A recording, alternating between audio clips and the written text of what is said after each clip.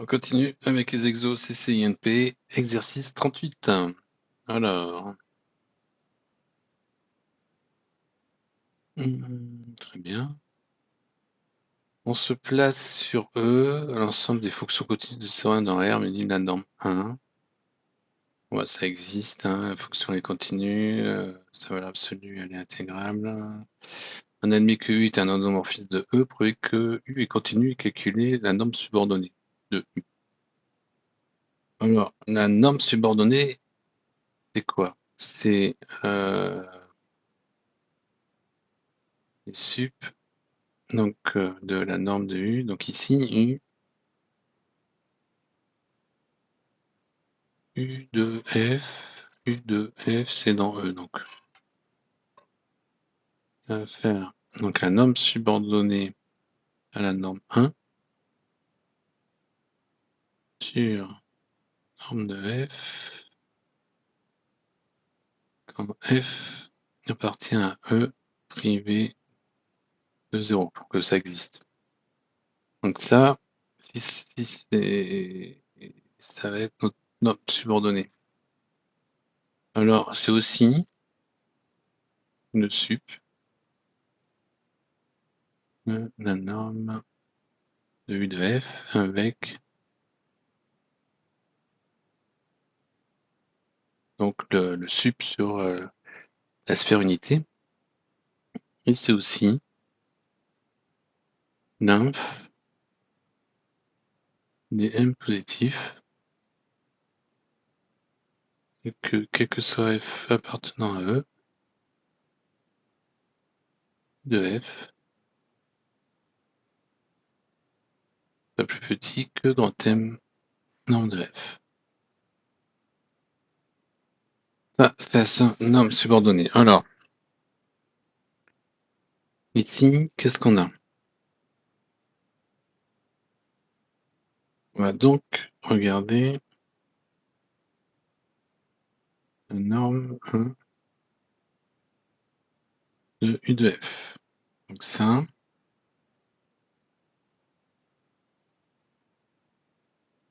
égale à l'intégrale de 0 à 1 de valeur absolue de l'intégrale de 0 à x de f de t dt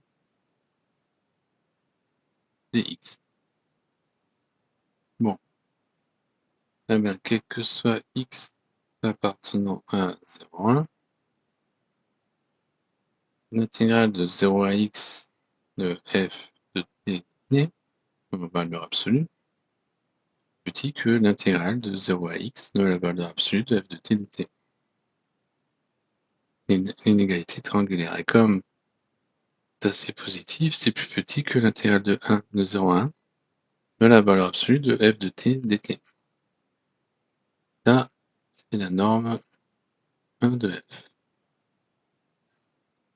Du coup, ici, on peut écrire que ça, cette quantité-là est plus petite que la norme de f, et l'intégrale de 0 à 1 dx, ça fait 1.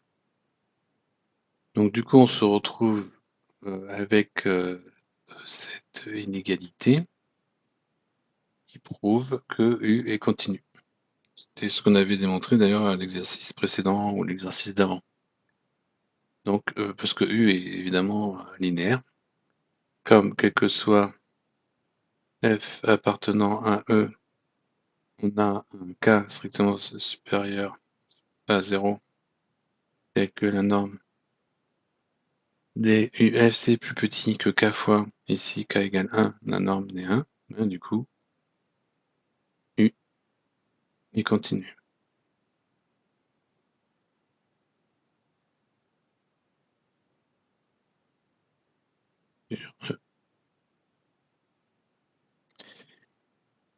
Ok, les calculer, alors ben déjà,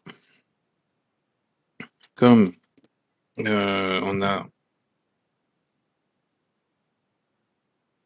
donc on a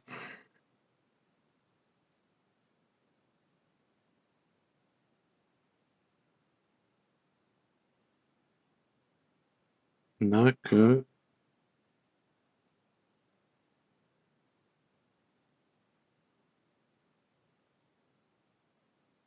plus petit que 1.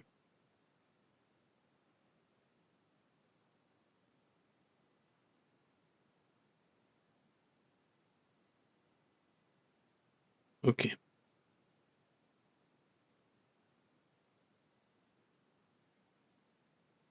Alors maintenant, on va prendre l'indication qu'on nous donne. On va considérer c'est Fn. Alors,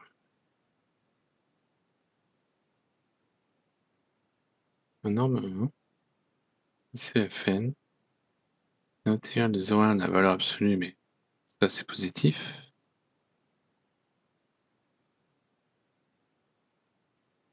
Donc ça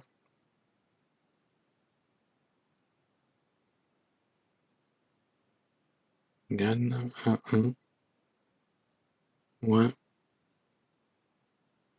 exponentielle n.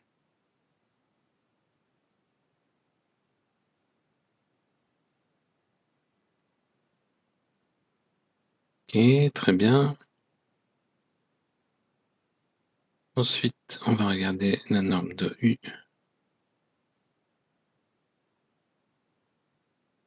N.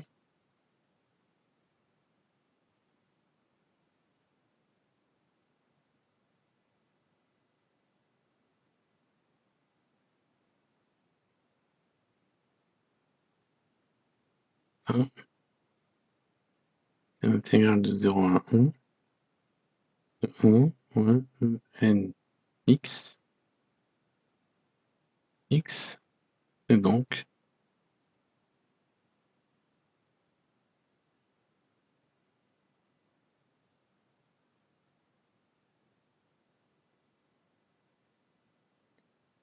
ce qui nous donne que U de Fn,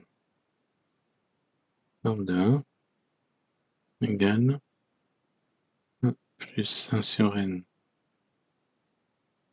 exponentielle moins 1, moins, je sais pas pourquoi ça se colle, on va faire ça, moins 0 ça fait 0, et là ça fait plus 1 sur n, donc moins 1 sur n.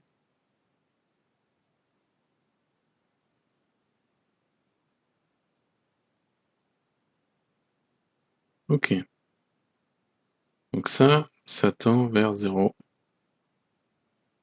quand n tend à plus infini. Ça tend vers 0, ça tend vers 1. Cette partie-là tend vers 0, donc ça tend vers 1. Ça tend vers 0. Ça tend vers 0, c'est l'exponentielle qui l'emporte. Donc ça tend vers 1. Et donc, on a que les U de Fn, norme de 1, sur norme Fn, norme de 1. Ça, c'est plus grand, c'est plus petit que le sup. Donc, que la norme subordonnée. Et ça tend vers 1. Donc, la norme subordonnée de U est supérieure ou égale à 1. C'est supérieur ou égal à 1 et inférieur ou égal à 1. Conclusion. Norme subordonnée de U égale 1.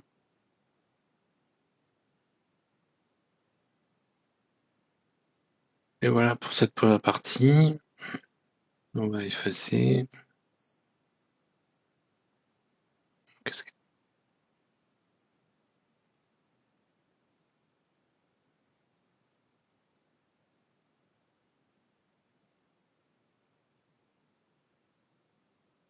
Et on va passer à la partie 2. Non. Bon bah ça, c'est. On a le produit scalaire canonique là-dessus. Il fait que et continue. Bah, ok. On est en dimension finie.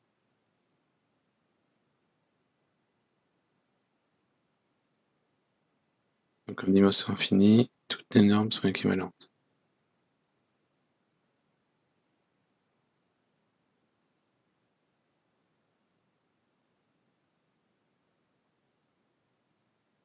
Et les applications linéaires.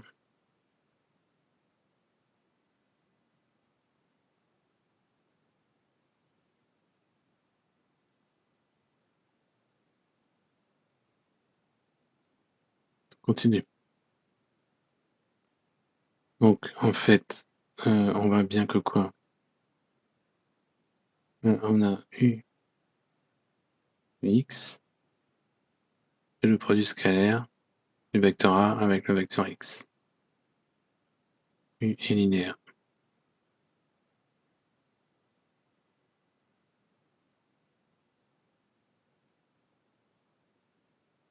Ok. Donc ça, U est linéaire, c'est en dimension finie, quel que soit le choix de la norme, elles sont toutes équivalentes. Donc lui, il continue. Petit mais, on munit Rn de la norme euclidienne. Ok. Quel que soit nanana, calculer alors. Ben, alors, on va prendre donc X, soit X en Rn. Valeur absolue de U de X, c'est plus petit que quoi? C'est plus petit que la norme de A multipliée par la norme de X. Ça, c'est Cauchy-Schwarz qui nous le dit.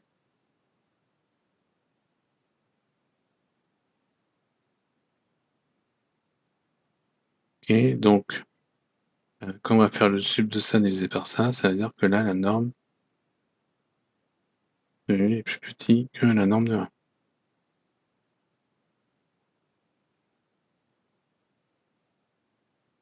Ok, et maintenant, si je fais U de A. U de A, c'est la norme de A au carré.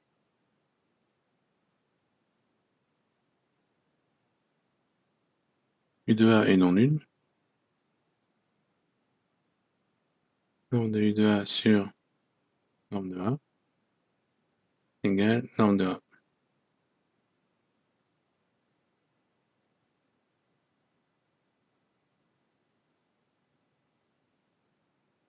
Pourquoi j'ai mis au carré là? Oui, c'est égal. Donc j'en suis où? Et ben ça, et comme la norme subordonnée c'est le sub de ça, bah, c'est forcément plus grand. Donc,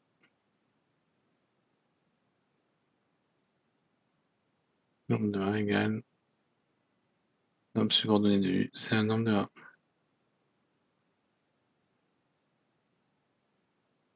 Et alors on va effacer un petit peu.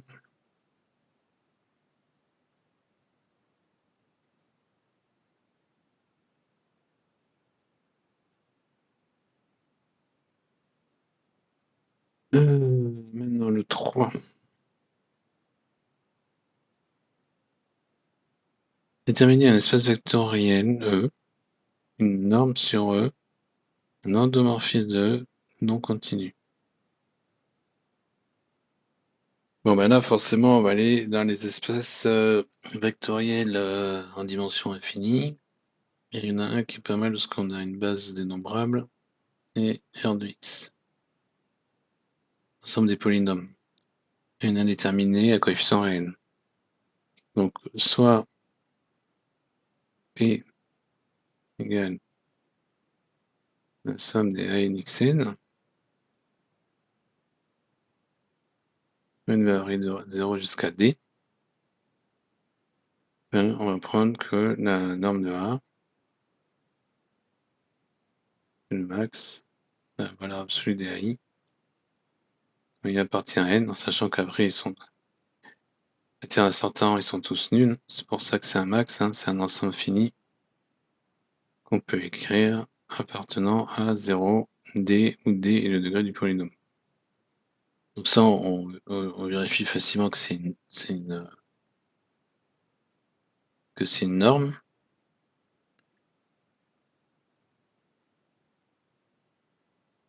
C'est bien positif. Si ça c'est égal à 0, alors P égale à les polynômes nuls. Ça respecte l'inégalité triangulaire. Et si je fais le nombre d'AP, je vais avoir valeur absolue de lambda. La norme de lambda P égale la valeur absolue de lambda multiplié par le nombre de P. Donc ça, on est bon. Et comme endomorphisme, en fait, qu'est-ce qu'on va prendre de R? Dans R, on va prendre un endomorphisme U qui a un polynôme P associé U de P égale à P'. Alors, si maintenant je prends P, x égale x puissance n, P' de x égale n x puissance n moins 1, donc la norme de P égale à 1, et la norme de U de P égale à n. C'est tendre à plus infini.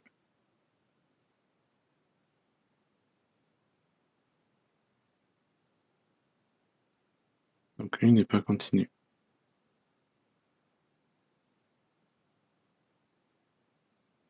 On pourra pas trouver, on pourra pas trouver, on pourra pas trouver K tel que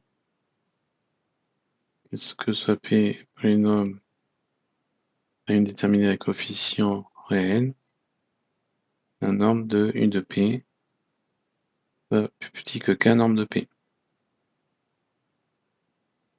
Ça marche pas, vu que là, pour cet exemple-là, ça va vers l'infini et ça, c'est borné. Donc, U.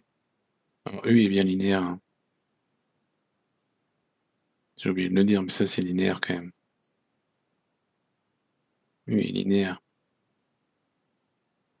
Si on dérive lambda P plus mu Q, ça fait lambda P' plus mu Q'. Donc U est linéaire, et là, donc, U n'est pas continu.